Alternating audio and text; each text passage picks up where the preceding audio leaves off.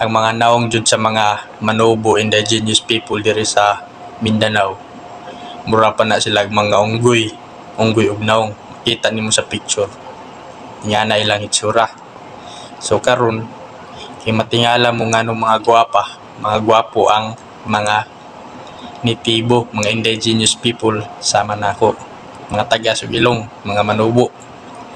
Karon ngano mga tagas na sila mga Ilong, mga gwapa, mga mistisa, mga puti.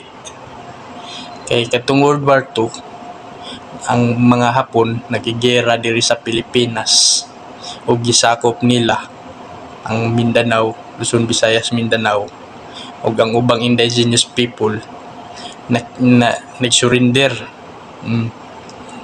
Ug ang mga Hapon pod nakipagrelasyon sa mga indigenous people ug ang uban girip, ang uban ipaanakan ra.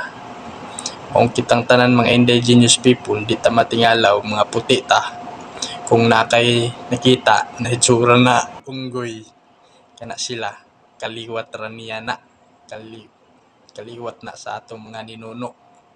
Munay tinuod na istorya diri sa Pilipinas.